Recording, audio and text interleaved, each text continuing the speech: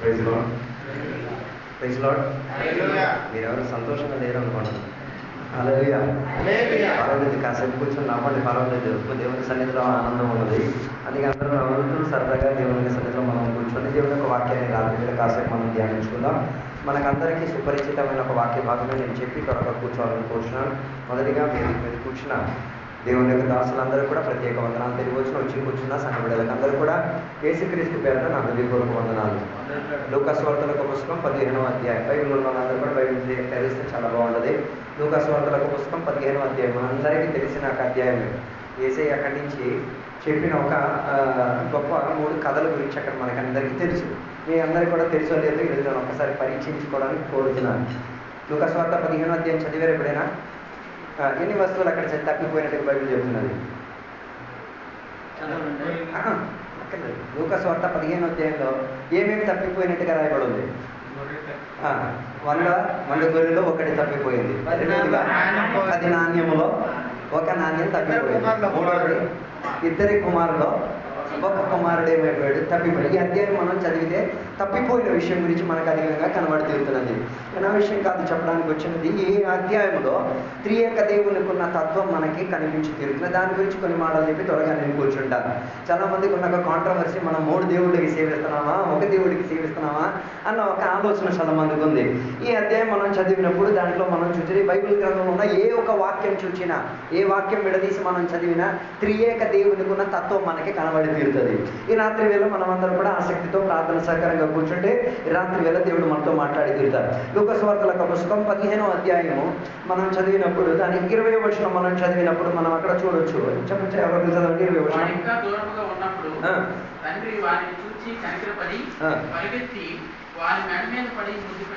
చాలు, అక్కడ చదివిన వాక్య భాగంలో తండ్రికి ఉన్న పాత్ర మనకు అక్కడ కనబడుతున్నది. దాని అర్థం తండ్రి అయిన దేవుని గురించి. ఆ తండ్రికి ఎంతమంది పిల్లలు? 2 పిల్లలు. ఒకడు ఒక కుమారుడు నాన్న దగ్గరికి వచ్చి ఏమడిగాడు? నా ఆస్తిలో ఉన్న భాగం అంతా అడిగాడు. ఎంత మంచి నాన్న కదా. హలో, మన నాన్న మంచోడో కదా, ఇలా ఒకసారి రాసి అడగండి. చెప్పలేదు. ఈ నాన్న ఎంత మంచోడో చూడండి. ఆస్తి అడిగిన వెంటనే 2 పిల్లలకి ఏం చేశాడు? ఒకే రీతిగా పంచిపెట్టాడు. ప్రైజ్ చెప్పలేదు. అంటే గుడ్ ఫాదర్. ఎంత మంచి నాన్న. అడిగిన వెంటనే ఏం చేసేది?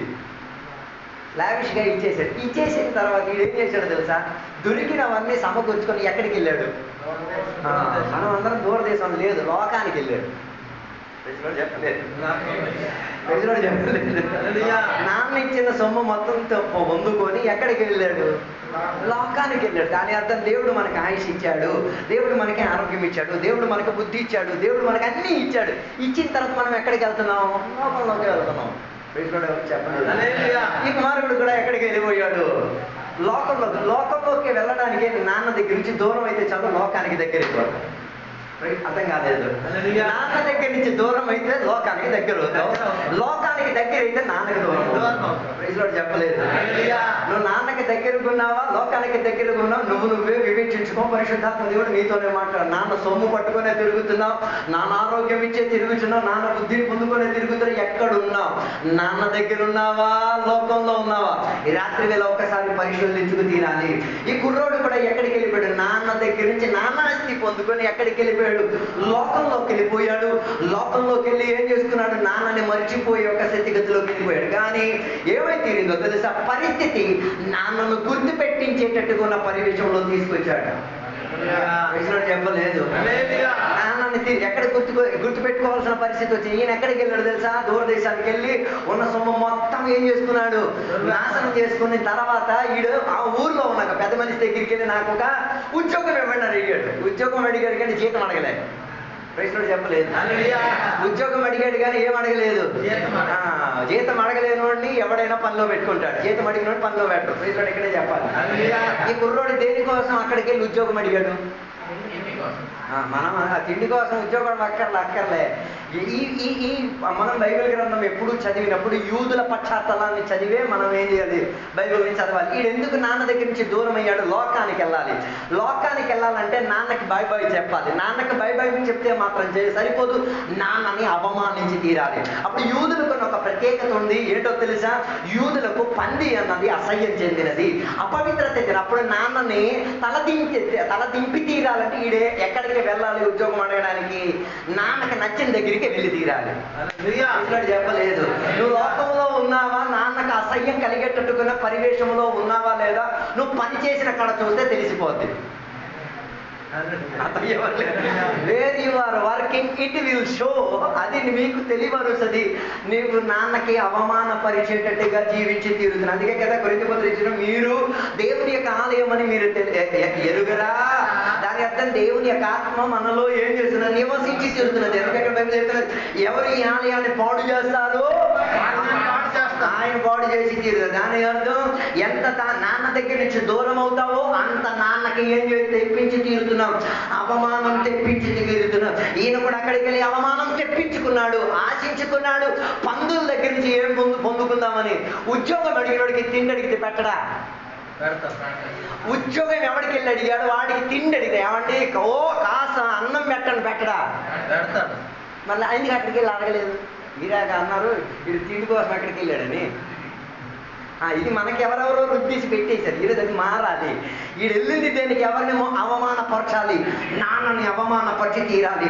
తండ్రి అయిన దేవునికి కించపరిచే భావన వెళ్ళింది. అందుకే ఎవరికి పని అడిగాడో ఆయనకి భోజనం అడగలే. ఆయన ఎక్కడ పని చేశాడో ఆ పందులకి కూడా వెళ్ళి అడగలే. ఏం పందుల దగ్గర నుంచి దొంగిలించి తినడానికి ప్రయత్నం చేశారు. పందులు కూడా ఆయనకి ఏం చేయలే, ఆహారం ఇచ్చి పెట్టి తీరలేదు. దానివలన ఏం గుర్తుకొచ్చింది? నాన్న గుర్తుకొచ్చింది, నాన్న ఇల్లు గుర్తుకొచ్చింది, నాన్న ఇంట్లో పని చేసే పని వాళ్ళు గుర్తుకొచ్చారు. ఎక్కడే చెప్పాలి, మనకి నాన్న దగ్గర నుంచి అనుబంధం తెగిపోతే నాన్నకున్న ప్రత్యేకత ఏంటో తెలుసా?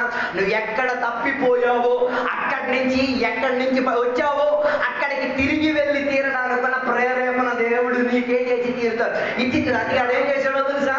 అక్కడి నుంచి పరిగెట్టి ఎక్కడికి వచ్చాడు? నాన్న దగ్గరికి తిరిగి వచ్చాడు. అందుకే చెప్తున్నా కాబట్టి నాన్న ఈయన కలిగిన వస్త్రముతో వచ్చినది చూసినప్పుడు నాన్న ఎక్కడ కూర్చున్నారు? గడప దగ్గర కూర్చున్నారు. నాన్న ఏం చేశాడు తెలిసి, కొడుకు వచ్చినది చూసినప్పుడు ఉన్న చోట్ల లెగిచి ఆయన దగ్గరికి పరిగెట్టి వచ్చాడు, ఆయనని కౌగిలించాడు, ఆయనని క్షమించాడు, ఆయనకి కావాల్సిన వారసత్వం తిరిగి ఇచ్చి తీరాడు. చెప్పలేదు. అని అర్థం నాన్న దగ్గర నుంచి దోచుకొని వెళ్ళవు కదా, తిరిగి ఎక్కడికి రావాలి? నాన్న దగ్గరికి రావాలి. అందుకే మొదటి యోహాను పత్రిక 3వ అధ్యాయం 1వ వచనం మనం చదివినప్పుడు నాన్న తండ్రి అయిన దేవునికి ఉన్న గొప్ప గుణాతిశయం అక్కడ చెప్పుచున్నది. ఒకసారి చదవండి. మొదటి యోహాను పత్రిక 3వ అధ్యాయం 1వ వచనం.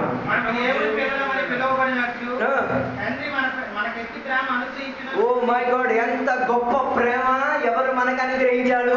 తండ్రి అయిన దేవుడు మనకు అనుగ్రహించాడు కాబట్టి మనం ఎవరి పిల్లలు? దేవుని పిల్లలై తీరుటకు. దాని అర్థం ఈడు కూడా తన నాన్న దగ్గర నుంచి దూరం అయి తీరాడు. ఎప్పుడు నాన్న దగ్గరికి తిరిగి వచ్చాడో నాన్నకున్న కుమారుడిగా ఉన్న పదవి ఆయనకి ఏమై తీరింది? దొరికి తీరింది. చెప్పలేదు. ఇంటికి వచ్చిన వెంటనే ఆయనకి ఏమేమి దొరికింది? కాళ్ళకి చెప్పులు దొరికింది. దాని అర్థం ఇంట్లో నుంచి వెళ్ళిపోతే చెప్పులు పోతాయి అని అర్థం. రెండోది, ఇంట్లో నుంచి పోతే ఏం పోతుంది? వస్త్రం పోతుంది. తిరిగి ఈయనకి ఏమి ఇచ్చారు? వస్త్రం ఇచ్చారు. మూడోదిగా ఆయనకి ఏమి ఇచ్చారు? ఉంగరం ఇచ్చారు. ఇది పట్టుకొని చాలా మంది ఉంగరం వేసుకోవచ్చు. ఉంగరం దేనికి ఇచ్చారు? ఉంగరం ఇప్పుడే మనకి క్రెడిట్ కార్డు. మీరు క్రెడిట్ కార్డు చూసారా? డెబిట్ కార్డు చూసారా? డెబిట్ కార్డు లాగే క్రెడిట్ కార్డు కూడా ఉంటుంది. క్రెడిట్ కార్డు కూడా ప్రత్యేక ఎక్కడికి వెళ్ళి గీకినా ఏం చేయొచ్చు, ఏ వస్తువు అయినా మీ ఇంటికి వచ్చి వచ్చు. తర్వాత 45 రోజుల తర్వాత మీరు పోటీ పడాలి. అది నా విషయం కాదు. అలాగే ఆ కాల తరగతిలో క్రెడిట్ కార్డ్ సిస్టమ్ దేంట్లో ఉపయోగించేది? ఉంగరం. అప్పుడు ప్రతి ధనవంతులకు ఉంగరం ఉంటుంది. ఆ ఇంటికి ఒక్కొక్క గుర్తు ఉంటుంది. ఆ గుర్తు ఎక్కడికి వెళ్ళి అచ్చి పెట్టేశారు కొనో ఎవరు డబ్బులు ఇచ్చుకోవాలి, ఎవరు ఆ ఇంటికి బాధ్యత కలిగిన వాడు ఆయన. అప్పుడు ఈడు ఏ షాప్కి వెళ్ళి ఉంగరం ఇక్కడికి ఉన్న గుర్తు పెడితే ఎవరు ఇస్తారు? ప్రజలు ఎక్కడే చెప్పాలి. దాని అర్థం నువ్వు లోకంలో జీవించుచున్నావు. ఎక్కడ వెళ్ళి నీకు ఇచ్చిన అధికారంతో అక్కడ ఇక్కడ ఏం చేయొద్దు, మొదలు పెట్టి వద్దు. లెక్క మొత్తం ఎవరు తీర్చాల్సిన పరిస్థితి వస్తుంది? నాన్న తీర్చుకోవాల్సిన పరిస్థితి వస్తుంది. నాతో రాలేదు అనుకుంటారు. రాత్రి వేళ పరిశోధించుకో. పందుల కాడ ఉండి ముద్ర వేసి రావడం కాదు, లోకంలో ఉండి ముద్ర వేసి రావడం కాదు, ఎక్కడ తండ్రి ఇంటి కాడ ఉండి ఆ ముద్రను ఏం చేసుకు తీరాలి, చాలా జాగ్రత్తగా వాయించుకు తీరడానికి ప్రయత్నం చేసుకు తీరాలి. దాని తర్వాత ఏమిచ్చి తీరాలి, మంచి ఒక దూడను ఏం చేశారు, వధించి ఆయనకి ఇచ్చారు. దాని అర్థం నువ్వు చేసిన పనికి ఏమైతే ఒక దూడ వధింపబడి తీరాలి. ఆ దూడ ఇంకెవరు కాదు, సాక్షాత్ మన యేసుక్రీస్తు వారే. ఆయన వధింపబడి, నువ్వు వధింపబడాల్సిన చోట్లో యేసయ్యను ఏం చేశారు, వధింప చేసి నీకు భోజనం కింద పెట్టారు కాబట్టి నీకు మరలా ఎక్కడికి, నాన్న ఇంటికి రావడం. This is God's love. ఇదే దేవుని యొక్క ప్రేమ.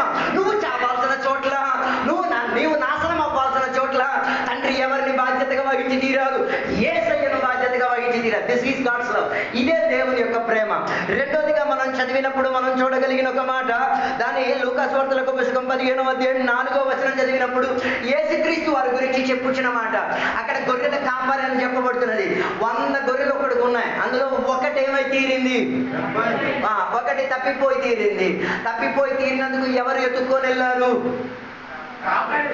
ఆ కాపరి ఎవరు? ఆ కాపరి ఎవరంటే యోహాను సువార్తలకు పుస్తకం 10వ అధ్యాయం 11వ వచనం చెప్తున్నాను, నేను I am a good shepherd, నేను ఒక మంచి కాపరి. ఆ మంచి కాపరి ఎవరు? సాక్షాత్ యేసుక్రీస్తు వారు.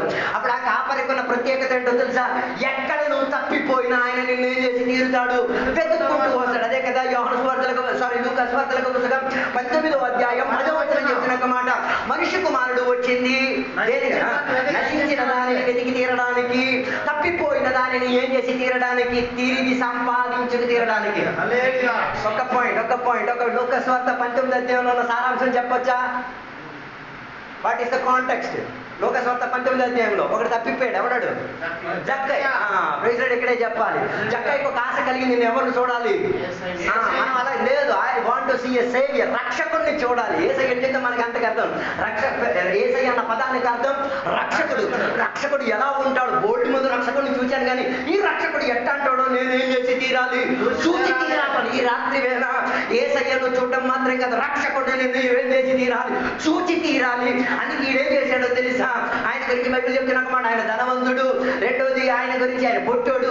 మూడోది బైబిల్ చెప్తున్న మాట, ఆయన పన్ను వసూలు చేసుకునే వాళ్ళ దాంట్లో ప్రెసిడెంట్ అయి ఉన్నాడు. ఈ అన్ని క్వాలిటీ ఉన్న మనసు లోపల ఆశ ఏంటో తెలుసా? రక్షకుడిని నేను చూచి తీరాలి. ఈ రాత్రి వేళ రక్షణ పొందలేని ఎవరైనా ఈ గుంపులో కూర్చుంటే, ఈ రాత్రి వేళ రక్షకుడు ఈ మధ్య రాత్రి వేళ ఇక్కడికి వచ్చాడు, నువ్వు చూడగలిగి తీరితే నీ జీవిత స్థితిగతి మారవచ్చు. అందుకే ఈడేం చేశాడు తెలుసా? యేసయ్యను చూడడానికి ఏం చేశాడు తెలుసా? యేసయ్య రాక మునిపే ఒక చెట్టు ఎక్కేసి ఏం చేసుకున్నాడు, వాటి మీద కూర్చున్నాడు. నాకు అక్కడే భలే నచ్చింది. యేసయ్యకున్న ఒక ప్రత్యేకత, ఏ చెట్టు కనిపించినా ఆయనకి ఫలం కావాలి. అర్థం కాలేదు. ఏ చెట్టు ఆయన చూసినా ఏం కావాలి ఆయనకి? ఆదికాండంలో చూస్తే ఒక చెట్టు దగ్గర ఒకడున్నాడు, ఫలంలా లేదు, ఆకులతో తను తాను కుప్పేసుకొని ఏం చేసుకున్నాడు, దాగోని ఉన్నాడు. అందుకే దేవుడు పిలిచిన, ఆదామో నీవెక్కడ? ఈ రాత్రి వేళ రక్షకుడు నిన్ను పిలుస్తున్నాడు. ఎక్కడున్నావు? చెట్టు చాటునున్నావా? చెట్టు పైన ఉన్నావా? చెట్టు చాటున ఉంటే నీకు శబ్దం వినబడుతుంది, కానీ ఏం చేయలేవు. ఆయన దగ్గరికి ముఖాముఖిగా రాలేవు. అదే చెట్టు పైన ఉండి తీరితే నువ్వు యేసయ్యను చూడొచ్చు, కానీ యేసయ్య నిన్ను దానికన్నా తీవ్రంగా చూసి తీరొచ్చు. అందుకే నేను చెప్పాను, యేసయ్య అందుకే కదా ఒకసారి ఇలా త్రోవగా వెళ్తూ ఉండగా ఒక చెట్టుని చూశారు. అందులో ఏం ఆశించారు? He wanted fruit. ఆయనకి ఏం కావాలి? అప్పుడు ఫలం ఉంటేనే ఏ చెట్టో తెలిసి తీరేది. మీ ఊర్లో బోర్డు చెట్లు ఉన్నాయి కదా, ఏ చెట్టు ఎలా తెలిసేది? Fruit decides what tree it is. ఏ చెట్టు గుర్తించేది ఏముండి తీరాలి. అప్పుడు ఈ లూకా సువార్త 19వ అధ్యాయంలో ఫలం ఉందా? ఉంది. ఇది చెట్టు ఎక్కాడు కాబట్టి ఫలం ఉంది. అందుకే యేసయ్య ఆ ఫలాన్ని ఏం చేస్తే చెప్పారు. ఎలా? ఒక మాట జక్కాయ్ చెప్పలేదు. జక్కయ్య అన్న పదానికి అర్థం ప్యూర్ కలిగిన వాడు, పవిత్రత కలిగిన వాడు. కానీ మనసు పవిత్రతే, కానీ ఏం కాలే. యేసయ్య తెంపల. ఈ రాత్రి వేళ యేసయ్య నిన్ను తెంపడానికే పిలుస్తున్నారు. యేసయ్య నిన్ను రక్షించింది దేనికో తెలుసా? నిన్ను తెంపుతారు. ఓ లార్డ్, ప్రైజ్ లార్డ్ చెప్పలేదు. ప్రైజ్ లార్డ్ చెప్పలేదు. నేను చెట్టు కాడే ఉంటాను. No no no no no. అన్ని మతాలు నిన్ను ఏదో ఒక గట్టి ఎక్కించే తీరుతుంది. యేసయ్య గట్టి ఎక్కించేది కాదు, నిన్ను బలంగా తెంపేవాడు. దాని అర్థం మనం చదివిన వాక్యం మధ్య లూకా 19:10 యేసయ్య పనేంటిది? తప్పిపోయిన దానిని ఏం చేసి తీరడానికి. అప్పుడు జక్కయ్య తప్పిపోయాడన్న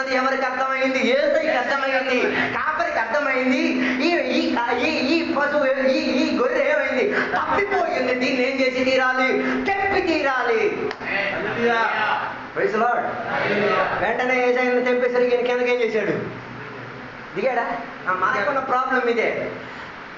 ఇదే రీతిగా ఈ నాన్న ఒక్క కాలంలో ఇలాగే పిలిచాడు దేవుడు. ఎవరిని? ఆదాము దేవుడు. ఆదాము నువ్వెక్కడ? పిలిచారా? వెళ్ళాడా దగ్గరికి? వెళ్ళాడు. వెళ్ళలేదని చెప్పకూడదు, వెళ్ళాడు. ఒప్పుకోదు. ఇదే ప్రాబ్లం. ఏం చెయ్యలేదు. ఆ నిందలు ఎవరి మీద వేశారు? భార్య మీద వేశారు. భార్య ఎవరి మీద వేసింది? సర్పం మీద వేశారు. పాపం సర్పం ఇంకెవరికి ఏమి మీద వేయడానికి లేదు కాబట్టి ఉన్న భారం మొత్తం సర్పం నెత్తి మీద తీసుకుంది. భర్త బరువు మొత్తం ఎవరి మీద పడేశారు? భార్య మీద. భార్య పాపం సర్పానికి ఇంకెవరు లేరు కాబట్టి అదో ఆ రోజు కానీ ఆదాము తన తప్పును ఒప్పుకోను తీరుంటే రక్షకుడు ఆయనని రక్షించి తీరుందేమో. ఈ రాత్రి నేను చెప్పి రావడానికి ఉన్న ఉద్దేశం, యేసయ్య నేటికి కూడా అదే పనిలో ఉన్నారు. ఏంటిది? తప్పిపోయిన నిన్ను వెతికి తీరడానికి. ఈ గొర్రె తప్పిపోవడానికి కారణం ఏంటిది? దీనికి సూపు చాలా వెళ్తాది. ఎక్కడున్న గడ్డి సరిపోదు, అంతే కదా. కొన్ని విశ్వాసాలకు ఎక్కడున్న వాక్యం సరిపోదు, ఇంకొక కాడికి వెళ్ళి తినేసి రావాలి. అయిపోయింది. ప్రైజ్ ఆ మీటింగ్. అరే బాబు, మీ సంఘంలో కాపరిస్తున్న మీటింగ్లో తినచ్చుగా. అంత దుఃఖం అయిపోయారు. హలో, నేను మిమ్మల్ని విమర్శించట్లేదు. మీటింగ్లకి అన్నీ వెళ్ళండి. స్థానిక సంఘంలో ఉన్న కూడికలో అటెండెన్స్ క్లియర్ చేసిన తర్వాత అక్కడికి వెళ్ళండి. నన్ను పాస్టర్ గారు ఏం చెప్పలేదు, నేను పరిశుద్ధాత్మని మేము నా మీద దుఃఖపడి నన్ను గొడేసినా నాకు ఏం ప్రాబ్లం చెప్పాల్సింది చెప్పేసి వెళ్తాను. హలో హలో, అది నాతో ఉన్నారా తమ్ముడు? పర్లేదు తమ్ముడు, నవ్వు తమ్ముడు, నేనేం కోపట్ల. అది నేను చెప్పొచ్చే మాట, ఎక్కడ అటెండెన్స్ ఉండాలి? స్థానిక సంఘంలో నీకు అటెండెన్స్ ఉండి తీరాలి. ఆ అటెండెన్స్ ఏం చేసి తీరేది? దేవుడు చూసి తీరుతాడు. దాని తర్వాత ఇంకెక్కడికన్నా వెళ్ళి ఏం పెట్టుకో? హాజరు పెట్టుకో. తర్వాత మళ్ళీ ఐదుగురు దగ్గరికి వెళ్ళి డైలీ ఉంటాడు. ఐదుగురు అక్కడ బాగుంది, ఎక్కడ బాగు, అక్కడ నాకు పాటలకి అక్కడ ఇస్తారు, నీకు పాటలకి అక్కడ నీకు డ్యాన్స్ చేయడానికి కూడా ఇస్తారు, ఇక్కడ ఎవరు? హలో, ఉన్నారు నాతో కలిసి? ఈ మందలో ఉంటే నీకు పదవి, గౌరవం, ప్రతిష్ట, మాన, సన్మాన ఏమి ఇక్కడ దొరకదు. అప్పుడు ఈ గొర్రెకు కూడా ఇవన్నీ ఎక్కడ కావాలి? అయ్యి మీరందరూ ఆమె హర్టింగ్ సంబడి. మీకు ఎవరికైనా వేదన పడుతున్నానా? యేసయ్య నామములో క్షమించండి. నా మాటలు నేను ముగించాలని కోరుతున్నా. దీనికి ఆశయకులు ఎక్కడ నాకు ఏ సౌకర్యాలు దొరకట్లేదు, అక్కడికి వెళ్ళి ఏం చేస్తాను? ఏం సాధించలేదు. ఏమై తీరింది? చివరికి త్రోవ తప్పి ఎవరికి కనబడలేకుండా వెళ్ళి గడువులో ఎవరు వచ్చారు? మంచి కాపరు వచ్చాడు. ఈ రాత్రి వేళ మంచి కాపరు నిన్ను వెతుక్కొని వస్తున్నాడు. నీ పని సైట్ దగ్గరికి వస్తున్నాడు, నీ ఇంటి దగ్గరికి వస్తున్నాడు. ఎందుకు వస్తున్నాడో తెలుసా? నీ ఒంటరితనం ఆయనకి తెలుసు, నువ్వు దూరం అయిపోయింది ఆయనకి తెలుసు, నీతో దేవునితో ఉన్న అనుబంధం తెగిపోయిందని ఆయనకు తెలుసు, నీతిమంతుల గుంపులో నుంచి నువ్వు జారిపోయావని ఆయనకు తెలుసు. ఆయన వెతికొచ్చేవాడు. అందుకే బైబిల్ చెప్పే మాట, తప్పిపోయిన దానిని యేసయ్య ఏం చేస్తారు? సునిశ్చితంగా వెతికి తీశారు. ఈ రాత్రి వేళ నువ్వు తప్పు ఉంటే, లోకంలో తప్పు ఉంటే, అడవిలో తప్పు ఉంటే, లోక సాంప్రదాయంలో తప్పు ఉంటే, ఈ రాత్రి వేళ యేసయ్య నిన్నేం చేస్తాడు? He is coming. ఆయన వస్తున్నాడు నేను వెతకడానికి. తర్వాత యేసయ్య దానిని వెతికారు. ఎందుకు వెతికారో తెలుసా? ఇది తప్పిపోయిన దగ్గర నుంచి ఇది చొప్పుడు చేయడం ప్రారంభించింది. ఏం చేయడానికి? గొర్రెకి మరి రెస్పాన్స్ ఏం లేదు. ఏం చేస్తుంది? ఏడుపుతో కూర్చుంది. ఫస్ట్ ఏడుపు బాగానే ఉంది, తర్వాత ట్యూన్ మారింది, తర్వాత అసలు సౌండే రావట్లేదు. నీ ఊ అని మూలుగుతున్న మూలుగులు కూడా ఏం చేసే దేవుడు? ఆలకించే దేవుడు. ఈ రాత్రి వేళ ఏ విషయంలో మూలుగుచున్నావో నాకు తెలియదు, కానీ ఆ మూలుగుచున్న ఏడుపుని అంగీకరించి తీరి మంచి కాపరి ఇదిగో వస్తున్నాడు. అందుకే మంచి కాపరికి ఏం చేశాడో తెలుసా? ఆ గొర్రెని ఎక్కడ పెట్టాడు? ఎందుకు భుజం మీద పెట్టారు?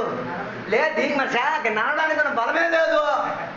అందుకే ఇక్కడి నుంచి ఇంకెక్కడికి వెళ్తే అక్కడ ఉన్న నీ బలం లేకుండా చేసేస్తాడు. అందుకే ఎక్కడున్న కాపరి నిన్ను ఏం చేసి తీరేది? మోసి తీరేది. అప్పుడప్పుడు కాపరి నిన్ను మోసినప్పుడు చెవులు కొరికి తినవద్దు. అప్పుడప్పుడు నీ కాపరి నిన్ను మోసేటప్పుడు, అప్పుడప్పుడు కాపరి నిన్ను ఎత్తుకునేటప్పుడు ఏం చూసుకో? లోకం బాగా తోరు చూసుకో. అది మనకు యుక్తమైనది కాదు. అక్కడికి నేను వెళ్ళకూడదు, కాపరితోనే వెళ్ళి తీరాలి. యేసయ్యకున్న క్వాలిటీ, ఆయన నిన్ను భుజమెత్తిన దేవుడు. ఆయన ఎందుకు భుజమెత్తిన? నీకు దూర చూపు ఎక్కువ కదా. ఆయన భుజమెత్తి చూడరా నాయన, మరి తిరిగి అక్కడికి వెళ్ళావు. ఎక్కడికి ఎక్కి? ఆయన భుజం మీద ఎక్కి చూద్దాం. మరి అక్కడికి నాకు అక్కడ వద్దు, నాకు యేసయ్య ఉన్న ప్లేస్ వదిలేసే చాలు. దాని అంతకు ఇదే మన మంచి కాపరికున్న ప్రత్యేకత. మూడోదిగా బైబిల్ అక్కడ చెప్తున్న ఒక మాట, ఒక స్త్రీకి ఎన్ని నాణ్యాలు ఉండేది? 10 నాణ్యాలు. యూదుల యొక్క వివాహ పారంపర్యంలో వివాహం జరిగేటప్పుడు, సంబంధాలు మాట్లాడేటప్పుడు పెళ్లి కొడుకు ఏం చేస్తారు తెలుసా? పెళ్లి కొడుకు నచ్చే విధానంగా ఏం చేస్తారు తెలుసా? ఒక ముద్ర ఇచ్చి వెళ్ళిపోతాడు. దానికి 10 నాణ్యాలు ఉంటాయి. అవి ఇచ్చేసి చెప్తారు, నా ఇది జాగ్రత్తగా దోచుకొని ఉంచుకోయమ్మా. దాంతో పాటు ఒక దీపం కూడా ఇచ్చేసి చెప్తారు, నాన్న రోజు ఇది వెలిగించుకుని ఉంచుకో, నేను కొన్ని రోజులు పోతే ఇల్లు కట్టేసి తిరిగి వస్తాను, దాని తర్వాత నిన్ను తోడుకొని పెళ్లి చూసుకొని అక్కడికి వెళ్తాను, మా ఇంటికి తీసుకెళ్ళిపోతానని చెప్పే వేదిక ఇది. అలాంటి ఒక సందర్భంలో ఈ ఆమె చేతి నుంచి ఏం పోయింది? ఒక నాణ్యం పోయింది. ఇక్కడే ప్రైజ్ లోడ్ చెప్పాలా? ప్రైజ్ లోడ్ ఇక్కడే చెప్పాలా? ఈ నాణ్యం ఎక్కడ పోయింది? ఎక్కడ పోయింది? ఊర్లో పోతే దొరకడం చాలా ఈజీ. గొర్రె కదా మే అని ఏడుస్తుంది. ఇంట్లో పోయిన నాయన త్వరగా ఏం చేయదు, దొరకదు. ఎందుకు ఈ ఇంట్లో నాణ్యం పోయింది? ఓకే, పాస్ గారు చెప్పింది మనం లెక్కేసుకోవచ్చు. అశ్రద్ధ లేదు, అందులోనే ఉంది. ఆ అమ్మ ఇంటికాడ ఏం వాడింది? దీపం వెలిగించింది. అప్పుడు ఆ ఇంట్లో ఏం లేదు, దీపం లేదు, వెలుగు లేదు. ఏ వెలుగు లేదు? వాక్యమైన వెలుగు లేదు. ప్రైజ్లాడ్ ఎక్కడే చెప్పాలి. అంతే కదా బైబిల్ చెప్తున్నా, నీ వాక్యము నా పాదములకు ఏమై ఉన్నది అంటే నీ ఇళ్లలో ఏం లేదు. No revolution of the word of God. దేవుని యొక్క వాక్యానికి వెలుగు ఏమో ఉండదు. ఎవడు ఏది పాడితే అన్ని వినడమే. ఎవడు ఏది పాడితే. ఈ మధ్య పాస్టర్ గారి కన్నా ఎక్కువగా అన్ని మతస్థులు ఎక్కువ బైబిల్ బోధిస్తారు. అది కూడా వినడానికి వెళ్ళిపోతున్నా. బాబు ఆపండి, అది వినకండి, పాస్టర్ గారు చెప్పింది వినండి. ఉన్నారా నాతో కలిసి? హలో, ఉన్నారా నాతో కలిసి? అప్పుడు ఈ నాణ్యం తప్పిపోవడానికి కారణం ఇంట్లో ఏం లేదు. వెలుతురు లేకపోతే ఇంట్లో ఏం వచ్చేసి ఇంత తొక్కు వచ్చేసింది. హలో, ఈ పొద్దున ఆడవాళ్ళు మీరు ఇల్లంతా ఊడ్చారు కదా, ఎందుకు ఇంట్లో తొక్కు వస్తుంది? Why there is dust in your house? మీ ఇంట్లో ఎందుకు తొక్కు వస్తుంది? బైబిల్ చెప్తానే మనుషుల్ని దేవుడు ఎలా నిర్మించారు? నేలలో ఉన్న మట్టి ఉన్న ఇంట్లో మట్టి రాలుతుంది. అర్థం కాలేదు. ఆదామును దేవుడు సృష్టించినప్పుడు దేని ద్వారా సృష్టించారు? అందుకే మీ ఇంటికి మట్టి వచ్చేది. అందుకే ఆడవాళ్ళకి బాధ అయిపోయింది. ఈ రోజు ఈ తొడవాలా ఏం చెప్పలేమమ్మా. పరలోకానికి వెళ్తే చీపురు వాడాల్సిన పరిస్థితి రాదమ్మా. భూమిలో ఉన్నంతకాలం వాడేసుకో. ఈమెం వాడాల్సి వచ్చింది, చీపురు వాడాలి. కారణం ఏంటిది? ఇంట్లో ఏమైపోయింది?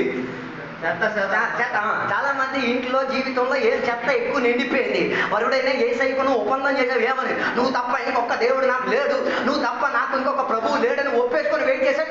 ఏం లేదు, నిరేదుగు లేదు. రెండోది ఏం లేదు, ఇంట్లో తుడిచే భావన లేదు. ప్రైజ్లాడు చెప్పలేదు, ప్రైజ్లాడు చెప్పలేదు. అందుకే దేవుడు మనకి 3 సబ్బులు ఇచ్చారు. ఒకటి యేసయ్య రక్తం సకల పాపం నుంచి మనల్ని ఏం చేసేది? కడిగి శుభ్రపరిచేది. రెండోది యేసయ్య వాక్యం మనల్ని ఏం చేసేది? కడిగి శుభ్రపరిచేది. 3 పరిశుద్ధ శక్తి మనల్ని ఏం చేసేది? కడిగి. 3 సబ్బులు దొరికినప్పుడు ఈజీగా కడుక్కొని రెడీగా ఉండొచ్చు కదా.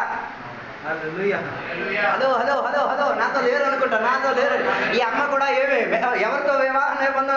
ఏసై వస్తే వెళ్తాను. ఇంటికాడ ఏటి లేదు, బైబిల్ చదవడం లేదు, వాక్యాలు కట్టడం లేదు, వాక్యాన్ని చదవడానికి సమయం లేదు, వాక్యం చెప్పే వాళ్ళ దగ్గరికి వెళ్ళి కూర్చొని వినే టైం లేదు. సొంత పనుల్లో ఇంటి పని కూడా ఏం చేసింది? మానేసింది. దానివల్ల ఏం తప్పిపోయింది? నాణ్యం తప్పిపోయింది. కానీ ఆమెకు అర్థమైపోయింది, ఈ నాణ్యం లేకపోతే మా వరుడు వచ్చినప్పుడు నేనేం చేయలే, ఎల్లలేను. అలాగే తీరితే ఏసయ్య రావడానికి సమయం సందర్భం దగ్గర తీరింది. వాతావరణం చూడండి, న్యూస్లు చూడండి. యేసయ్య ఎప్పుడైనా రావచ్చు. ఈ రాత్రి వేళ రెడీ అయి ఉన్నట్టుగా నువ్వు ఉన్నావా? వాక్యం అన్న ఎలిగింపుతో ఉన్నావా? యేసయ్య వచ్చి తీరితే ఆయన నిన్ను ఏం చేసుకొని నేను తోడుకెళ్ళి తీరుతాడు. అందుకే ఆ నాణ్యాన్ని ఏం చేయడానికి ప్రారంభించింది? వెతకడానికి ప్రారంభించి తీరింది. వెతికి ఆమె ఈ 3 కథల్లో కూడా మనం చూస్తే వెతికి దొరికిన తర్వాత వీళ్ళు ఏం చేశారు? ఊరోదికి పిలిచి పండగ పెట్టించారు. నిజం అయిపోయింది.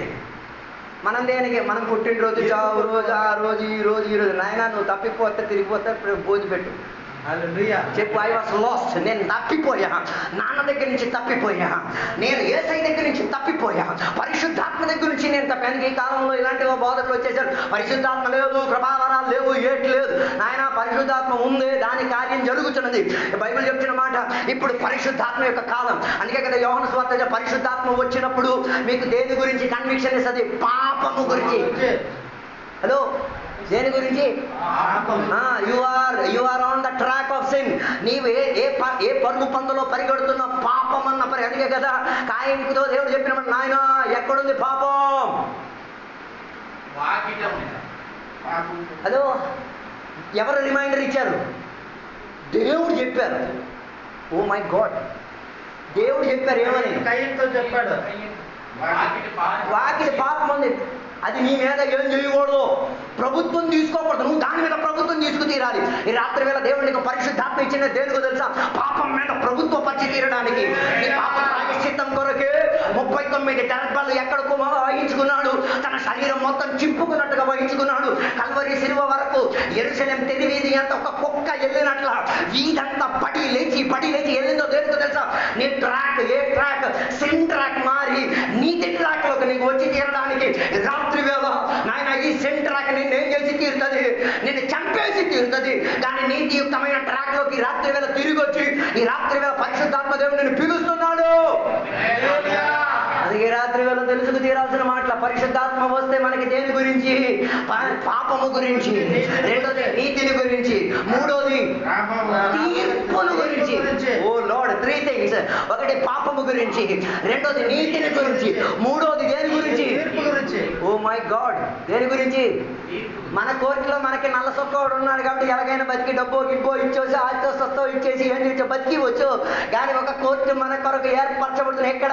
క్రీస్తు న్యాయాసనం. అక్కడ నీవేం చేసి తీరాలి?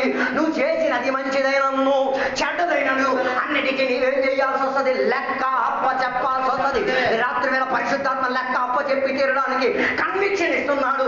తప్పిపోయి ఉంటే రాత్రి వేళ దీపం వెలిగించుకో, దేవుడి వాక్యం వెలిగించుకో, చీపురు పట్టుకో, ఏం చేయ ఇల్లుని శుభ్రపరచుకో. అలాగైతే నష్టమైనది ఏం చేయొచ్చు? దొరికి తీరచ్చు. ఈ 3 కథల్లో కూడా మనకి కనిపించేది తెలుసా? ముగ్గురు దొరికి తీరారు, ముగ్గురు దేవునికి సాధనంగా మారి తీరారు. ఈ రాత్రి వేళ అదే జీవితంలో కూడా జరిగి తీరుడు గాక. ఈ వాక్యాల ద్వారా దేవుడు దీవించును గాక.